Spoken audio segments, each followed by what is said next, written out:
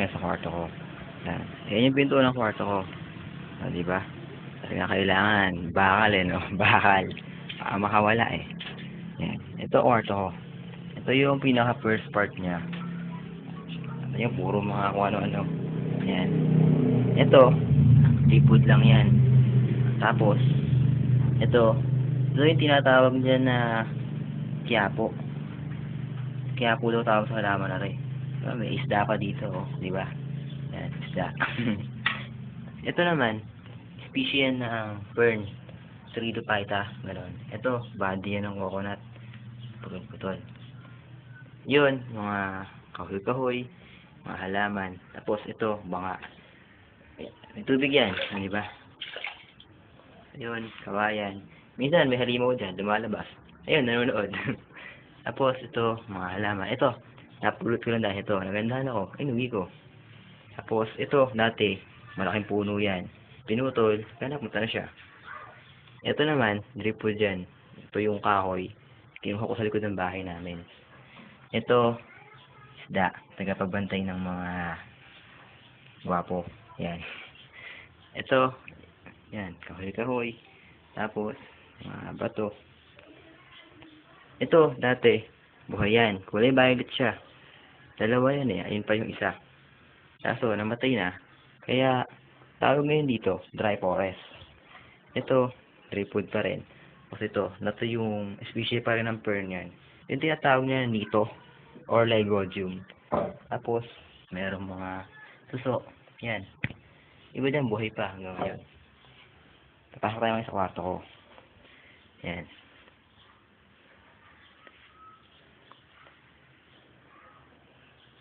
Yan ang kwarto ko. Dito muna tayo magsimula. Yan. Ito, mga preserved na herbaria.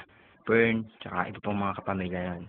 Ito, nakukuha ito sa mga sapa-sapa. Nagandahan ako, kaya inuwi ko siya. Tapos, ayun, mga damo-damo lang yan. Ito naman, syempre, obvious kung ano yan. Picture. Tapos, yan yung mga alaga kong paniki. Kaya mga alam, mabait yan. Tignan nyo, di ba? Mabait yan.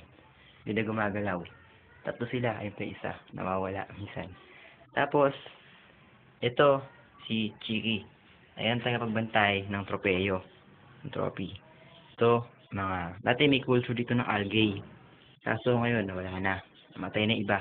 Ito naman, si Mickey Mouse. Diba? Saka naka-smile sa ilangan.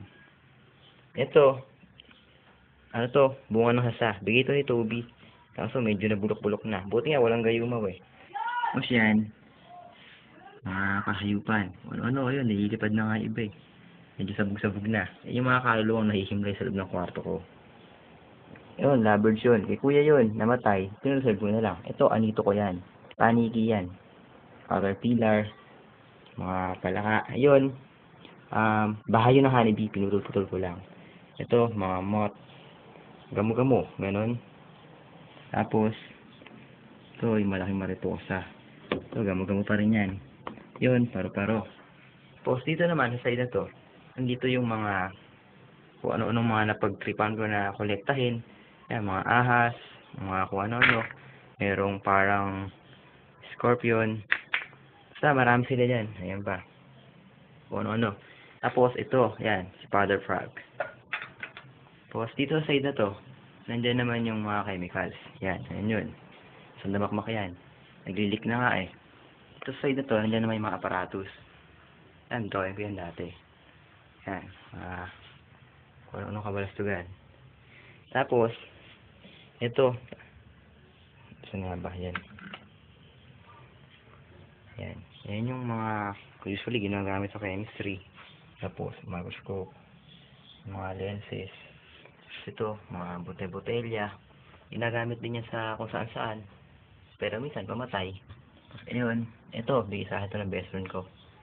Tapos, dito sa side naman na to, dyan yung mga kung ano mga personal na gamit. Dito, syempre, mga anito, mga medalyon, saka mga libro-libro, ID, mga kung ano, references, libro, ganun. Isa nga lang pala yun. Ayan, mga file. Tapos ito, yun, yung nakikita nyo mahaba na yan. Ipa pa yan, remembrance. Tapos yan, kung ano-ano. Tapos, obvious, Silya. Dito, meron nga pala ako itong dinosaur, di ko nakita. Diba? Ayun, no? Diba? Dalawang dinosaur. Tapos, yung ang pinakahayop sa lahat, yan, yun. Yun pa. Pero hindi mo na ako makikinom. Ito, pinaka-special sa lahat. Yung kopa ng katotohanan. Kung yung subukan, ito, pag tinanong nyo, sasagot to ng buong katotohanan. Kahit sugulan mo to, hindi ito magsisinungaling. Tingnan mo. No, tinanong mo, gwapo ba ako? Gwapo ba ako? Gwapo ba ako? Sagot yan, o, di ba? Oo daw, oo. Yan ang kwarto ko. Medyo magulo, medyo mainit, pero enjoy naman. Tsaka maraming mga abu-abot na pwede ko tintingin. Yes, yan. Okay, yun na yun. Sarado ko na. Maya pang mga ginagawa.